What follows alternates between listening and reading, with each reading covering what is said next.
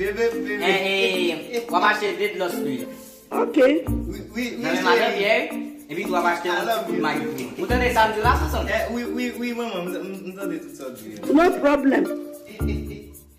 Hey!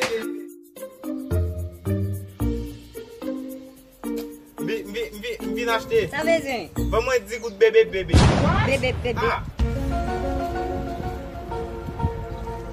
Vamos dizer que o chéri.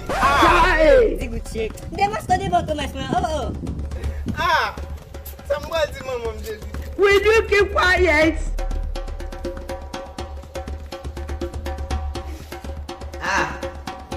Bayo. Mas os outros vão achar Bayo un pile free, yo un pile, vini nous oreilles. Ok. Yeah!